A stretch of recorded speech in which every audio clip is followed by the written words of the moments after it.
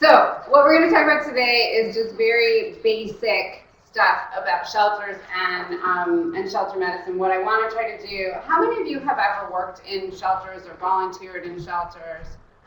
Great. So for some of you, you're going to probably know a lot of this, maybe not all of it. And so what I want to try to do today is kind of get everybody up to speed, up to the same place in terms of just understanding, what is a shelter anyway, and what do we do when we're doing shelter medicine. Want to make sure that you guys are aware of sheltermedicine.com. This is the UC Davis website currently, but we're going to be co-branding that and collaborating. So that's going to be the UC Davis web resource. And so I just want to make sure you guys are aware of it. There's tons of information there. So we're going to do an overview of animal shelters. And what I wanted you to see, this is Wisconsin Humane in Ozaukee, Wisconsin. This is a tiny little shelter down south. This is my foster home. This is a shelter in The Hague in the Netherlands. And I just wanted to sort of say, there's so many different kinds of shelters out there doing so many different kinds of things. And what I want to do today is just kind of cover and touch. That's all we can do in about 50 minutes. But just cover and touch on a little bit of what those shelters are doing and what that even means when we're talking about what a shelter is.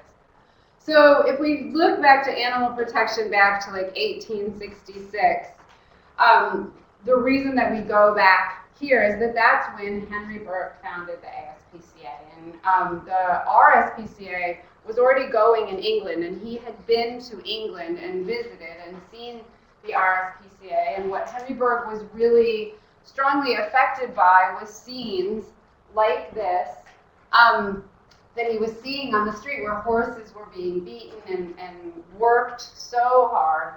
And he was very, very interested in this idea of supporting and protecting animal welfare.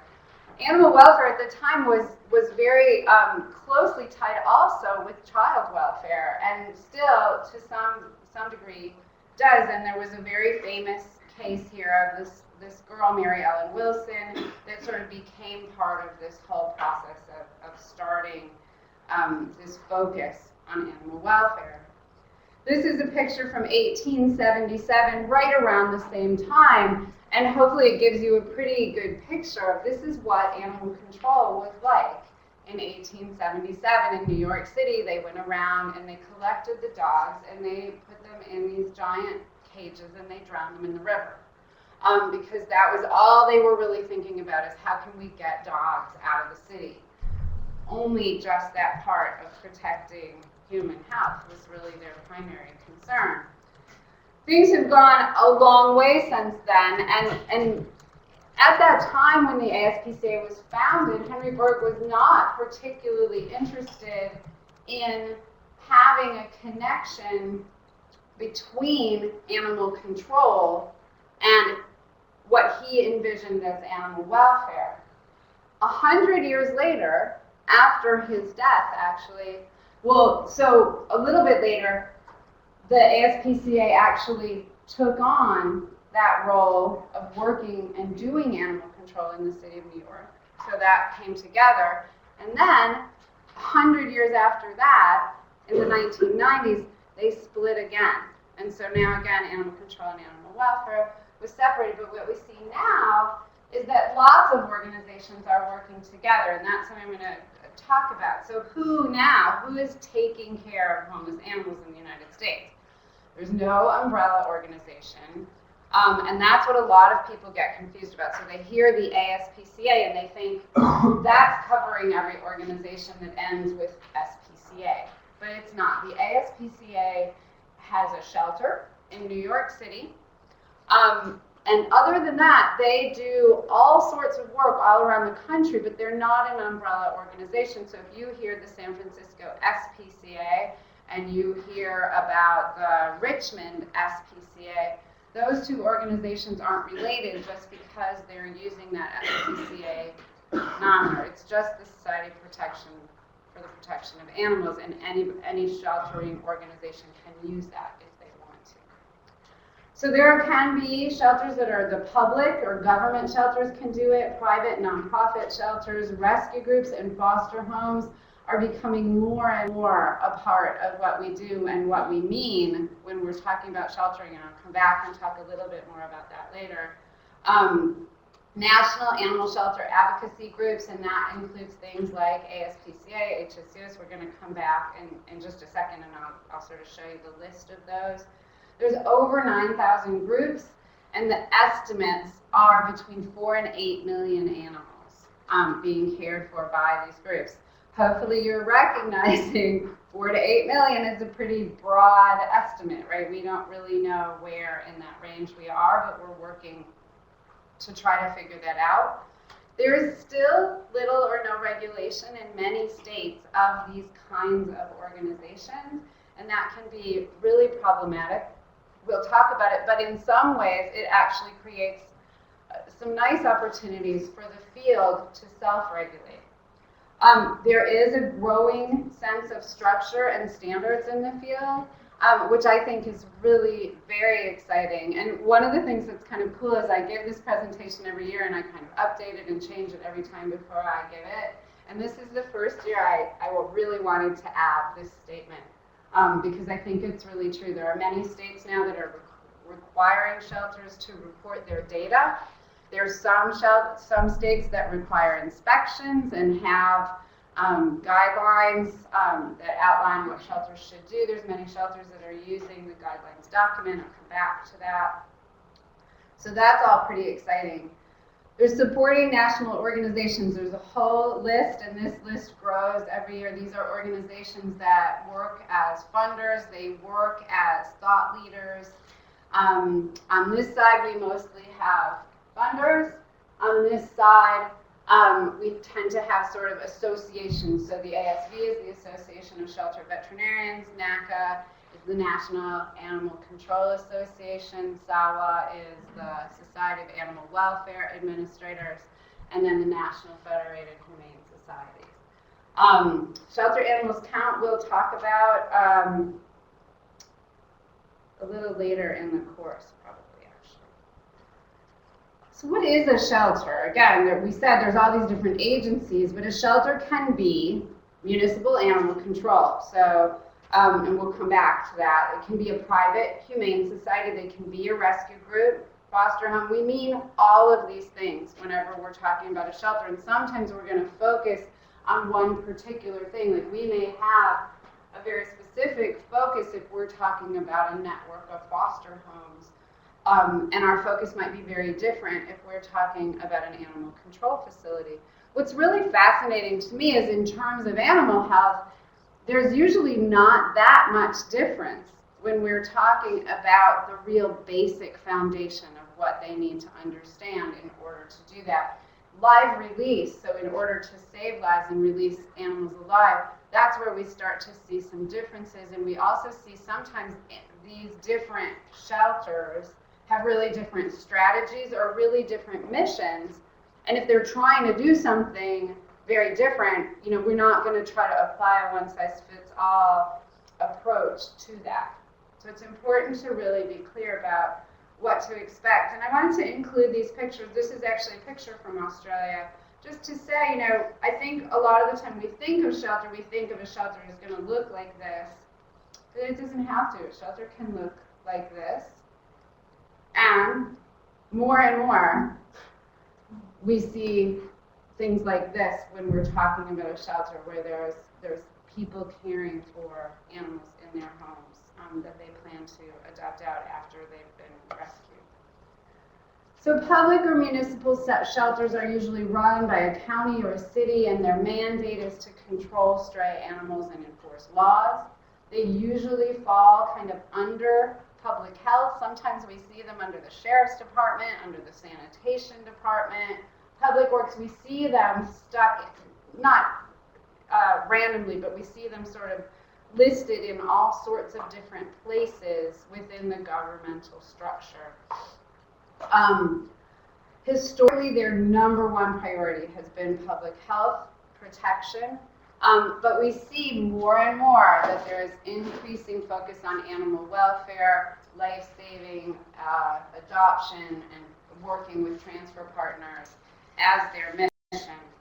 There can be a really broad range of sort of quality of the facility, especially I think in animal control, but really all over sheltering, where we see some animal control facilities. This is Jacksonville, Florida, where you can see like they've just built a very nice new shelter. So lots of shelters are sort of turning over. There's a lot of shelters that were built like in the 50s and 60s and 70s. Those shelters are hopefully getting kind of turned over. Private shelters are usually nonprofit groups, 501c3. They house domestic animals. Again, they can be called an SPCA. They can be called a humane society.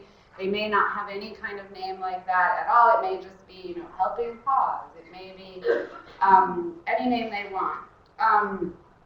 Some of them are sanctuaries, some are adoption agencies, some are full service shelters, can be open admission, closed admission. We'll come back and talk about some of those terminologies. Rescue groups and foster homes. This is what I wanted to show you guys because I think it would be interesting. I know you guys are kind of interested as a club, but this is a group of students from UC Davis that actually put together a foster network of their own.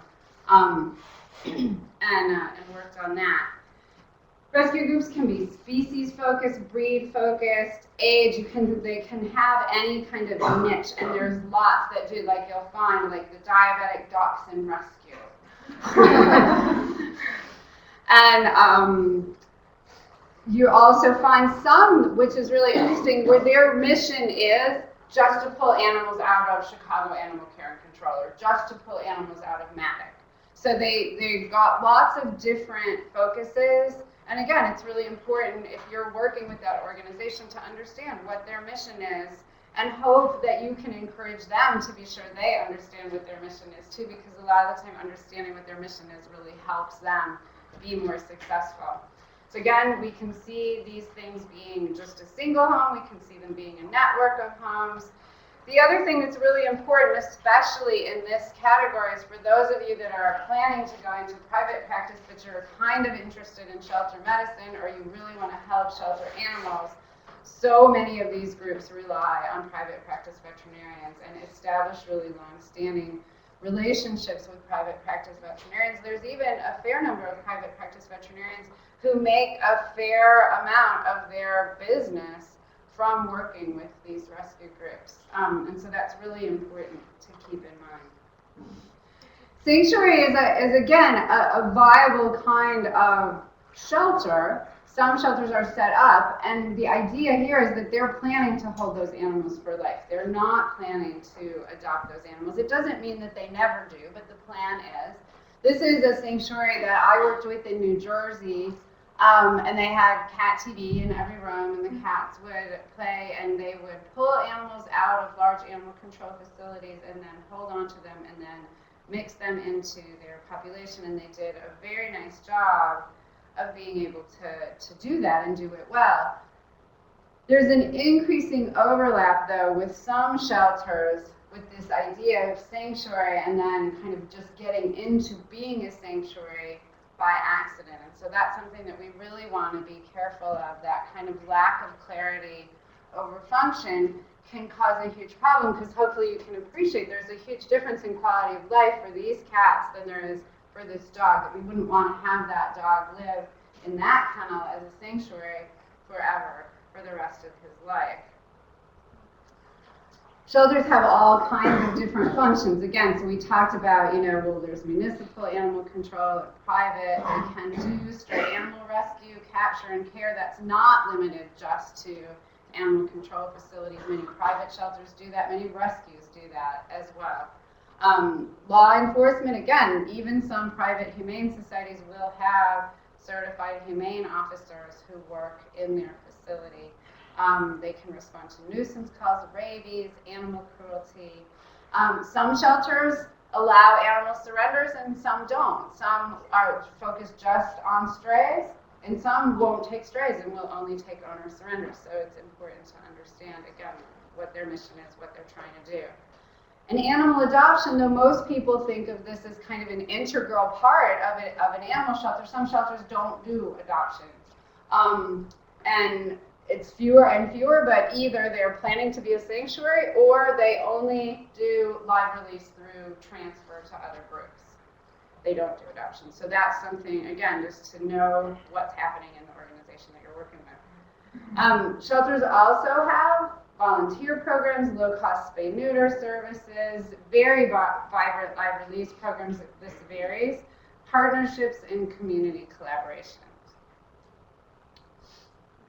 Many shelters do humane education, behavior training, low-cost spay-neuter, sorry, I already said that one, low-cost vet services and outreach wildlife rehab, and cruelty investigation as well. It's important to, when you're looking at a budget or thinking about how much money that shelter is spending and how much money that shelter needs to raise, to really be aware of like what are all these functions that the shelter has signed up to do and understand how they're budgeting their resources into each of those programs and where all those programs, again, come back and fit into the mission of the organization. So the other big thing, and this is growing more and more and is really a fun place to work in this field, is where there's these public-private partnerships. Sometimes we see just a private shelter, and the Dane County Humane Society here in Madison is a very good example of this, where it's a private shelter. It's a nonprofit organization that has a contract with the city and the county to hold their stray animals there, and then they take those animals and try to adopt them out after they've done that stray holding. Sometimes we see a private auxiliary group that works with a public shelter to do fundraising or provide other kinds of things.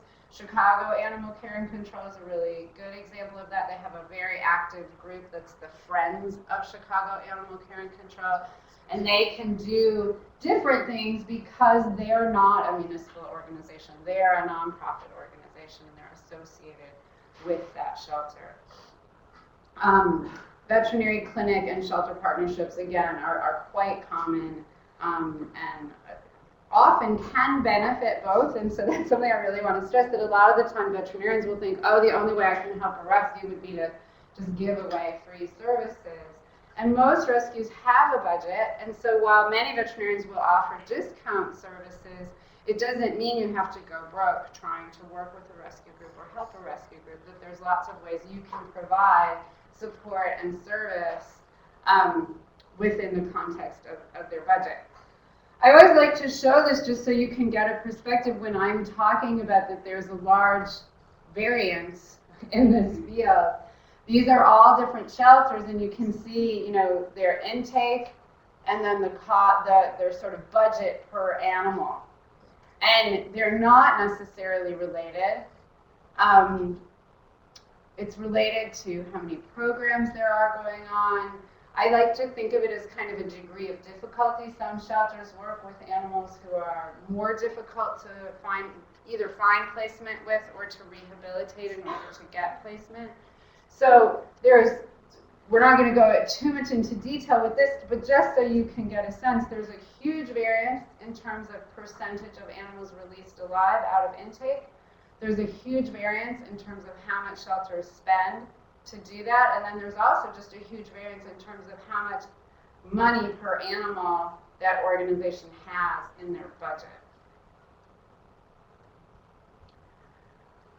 Terminology can be a really tricky thing in this field, and so I'm going to just kind of introduce some of these. I can't necessarily define each of these for you, because the point is you need to have a good idea of how someone is using these terms when they're talking to you. So they may say it's high turnover or low turnover. What you probably really want to know is, well, what's your average length of stay? And we'll come back and talk about that. Or what's your annual intake and what are your annual live releases, so we can have a better understanding of what they're talking about, because high or low could be really relative, right? Maybe relative to the other shelter in your town, you're high turnover, but relative to a shelter in the Central Valley of California, your turnover is fairly low. And so we like to be careful about the way we use this. We hear full service quite a bit, and I'm always really wondering, you know, what exactly does that mean? And so again, it's important to think about, well, what do they mean when they say that, or to ask, what do you mean? I think a lot of shelters think of that as being that they are open intake and they have humane education and they handle strays and they do adoption, but we don't know what they mean unless we ask them pretty specifically. Open admission or limited admission. What open admission usually means, if an animal comes to them, they will take it. Open admission doesn't necessarily mean that they take it without an appointment, but sometimes that's what's inferred. And then when they start scheduling appointments, we start to call it managed intake. Not necessarily, so you always want to ask what it is they're talking about when they're saying that. Limited admission usually means that they're controlling and selecting which animals they'll take in and which animals they won't. Adoption guarantee usually means that they're able to find an adoptive home for every animal that's either in a category of being healthy or treatable.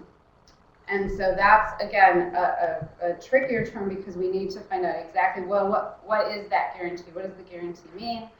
No-kill can mean a very, very wide range of things. Some people say, well, that means that you're adopting out over 85% of the animals. Some people say it's adopting out 90% of the animals. Some people think it's adopting out even more than that.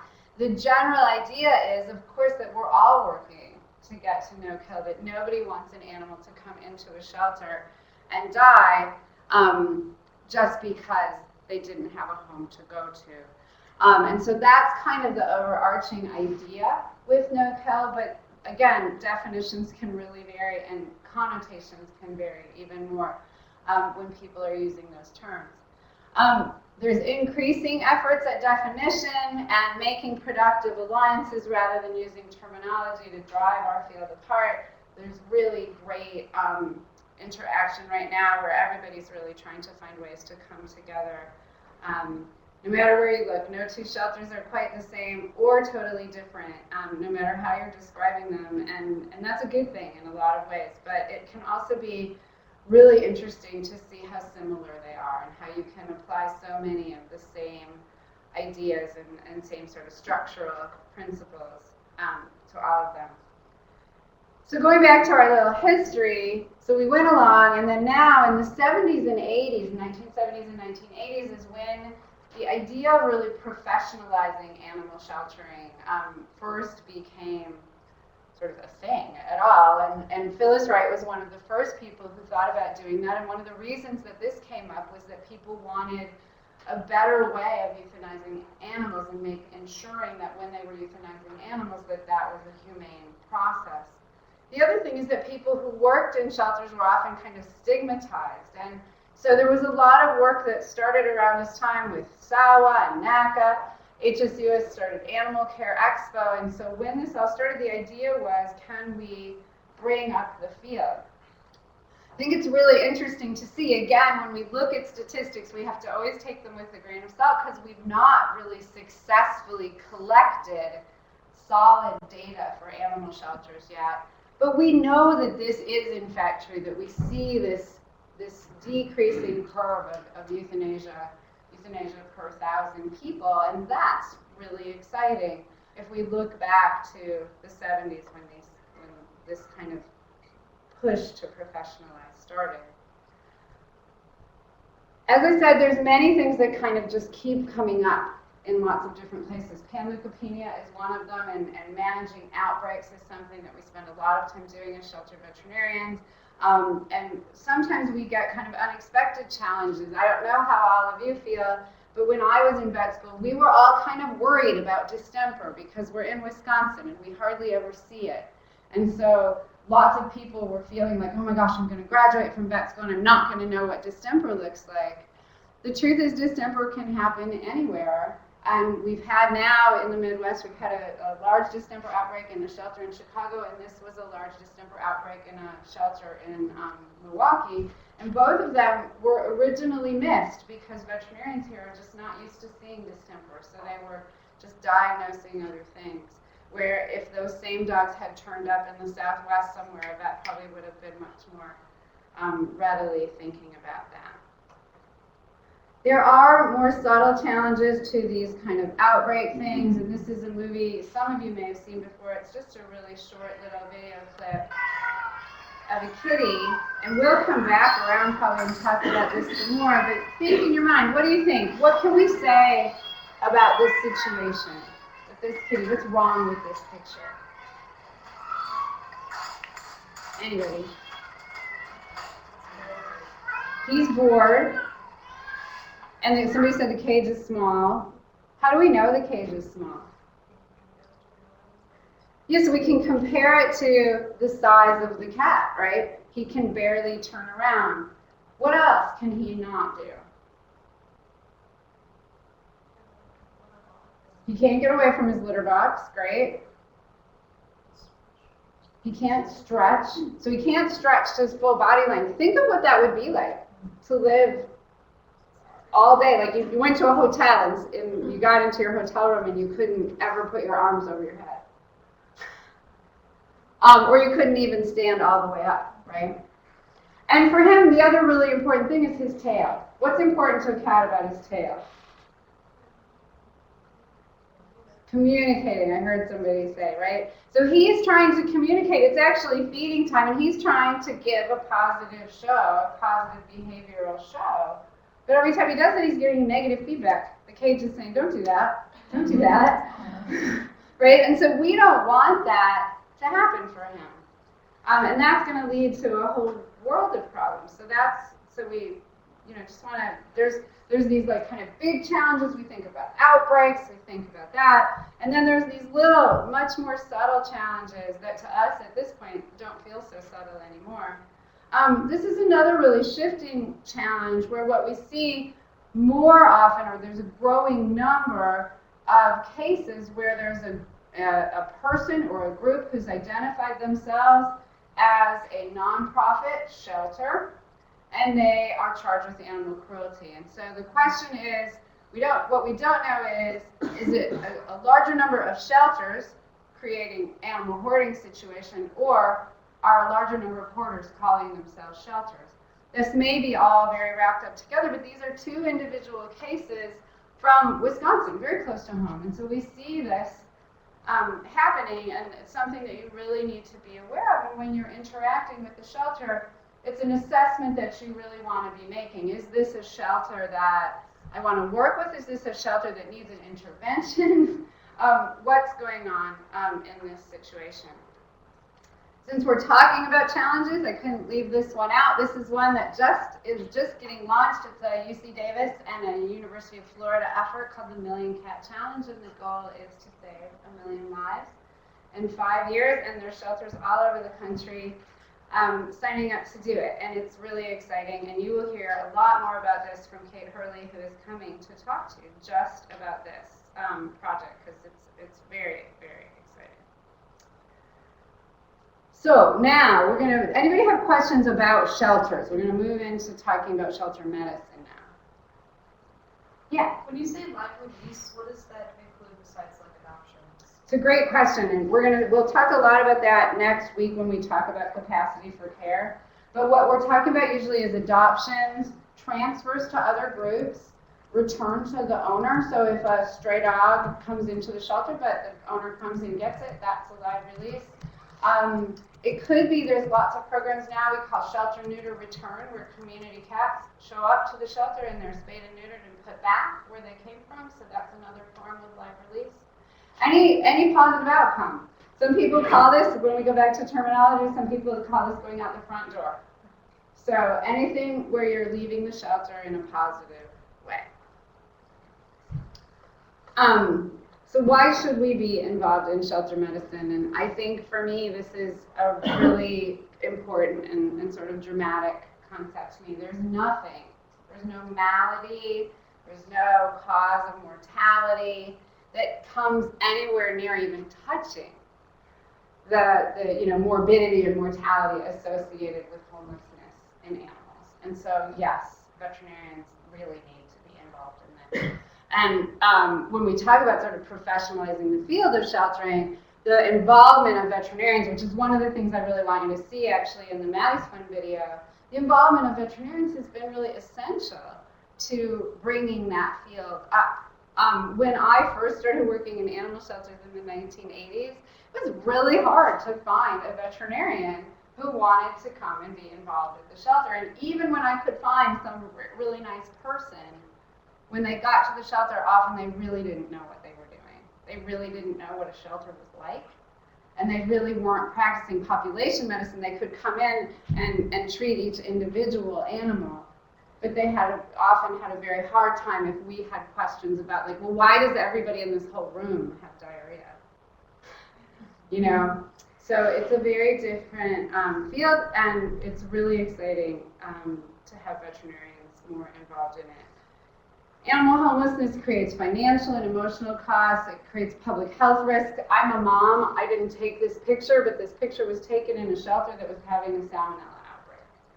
And there were signs all over the shelter saying, don't handle the cats, you know, and here's what happened. There's huge potential for animal suffering and death on really a massive scale in sheltering. The converse is also true, so I don't want to leave you like, oh God, sheltering is so awful, because the converse is true too, that there is this possibility for unbelievable life-saving and, you know, rehabilitation and so many exciting things in animal sheltering as well. The scope of the problem can change rapidly, and I just wanted you to see this.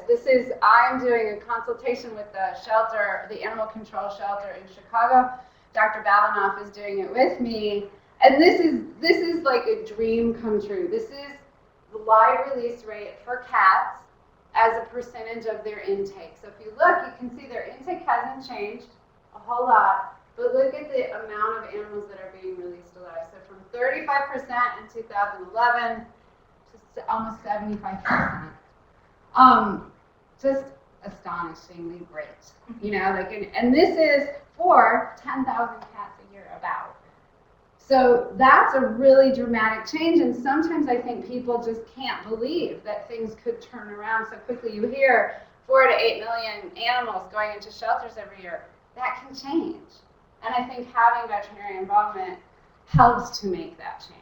So how do veterinarians work with animal shelters? They can work as board members and advisors. They can work just on as needed, either doing outpatient services or doing shelter visits. There's a vet practice up near La Crosse, Wisconsin, that rotates through. One of their clinicians is always on shelter duty, and they go to like 3 or 4 different shelters, and the others are all seeing their private clients. You can do surgery, spay-neuter surgery, part-time or full-time staff. You can be in a leadership role nationally or with a particular shelter. You can go into academic shelter medicine, and many veterinarians actually even go on to become shelter directors. So there's lots of different ways that veterinarians are working with shelters. This is the Shelter Standards Task Force of the Association of Shelter Veterinarians, and I will introduce you guys to the Guidelines for Standards of Care. And this is the group that actually work together. It's 14 veterinarians with about, gosh, probably over 100, maybe over 200 years of experience amongst all of us in working with animal shelters. When we're thinking about shelter medicine, what we're thinking about is really all of this, and I'm not going to go through every single thing that's on the slide, but just to sort of say there's all these different sort of inputs and outputs that we're working on, and basically we do research in these areas, we communicate to the people who are doing the work, and they're putting all of these things into action, and then the end result is that animals don't suffer or die because they're homeless. And so this is this very complicated system. The other thing that happens is that the community begins to build trust in the animal shelter, and then more lives are saved. And so we can see this kind of positive cycle that comes out of all of these inputs. And the other piece of it is, as all of these inputs are going in, the shelter uses its resources more wisely, and then that again sort of feeds into that positive cycle of more animals being saved. Shelter veterinarians do lots of individual treatment. This is a little kitten that we fostered.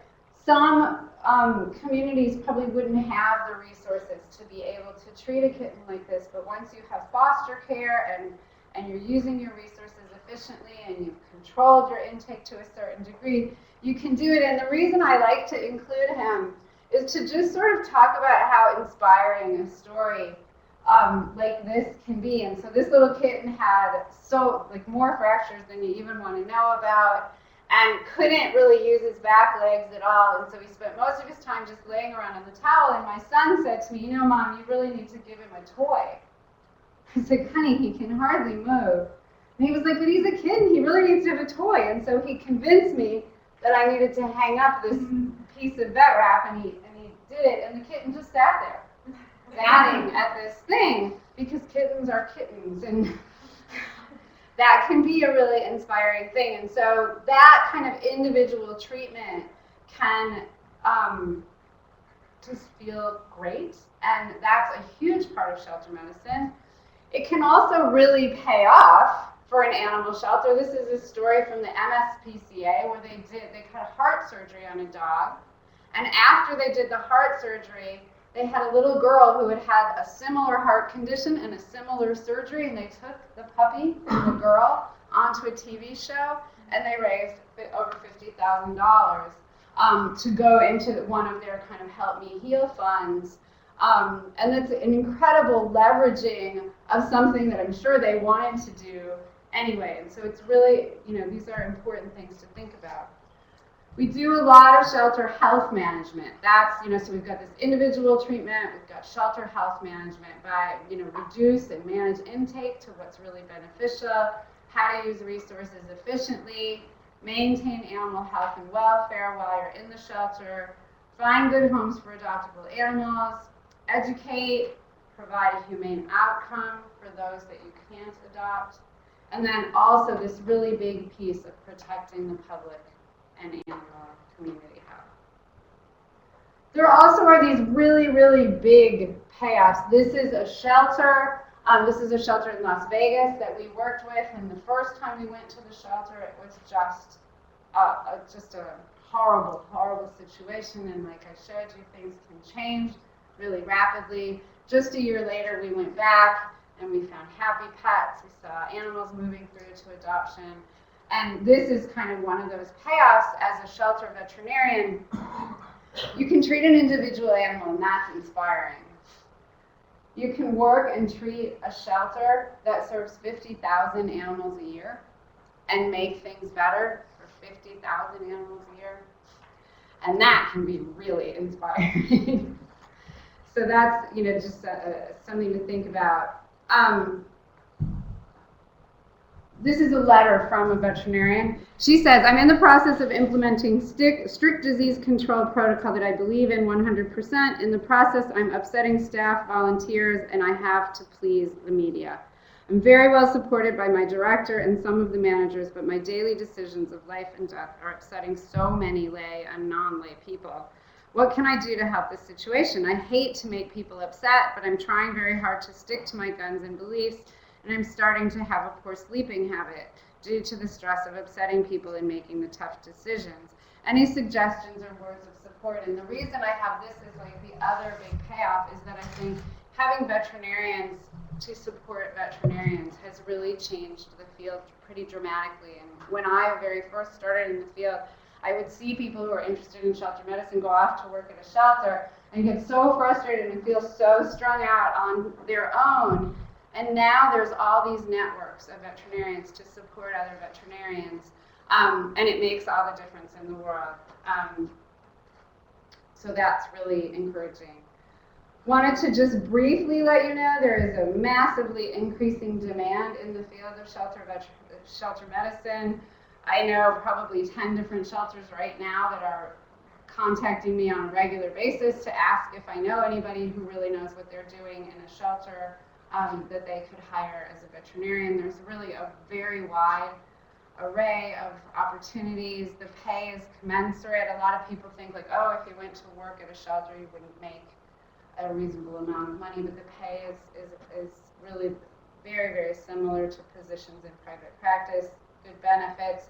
One of the huge benefits often is that you get more regular hours.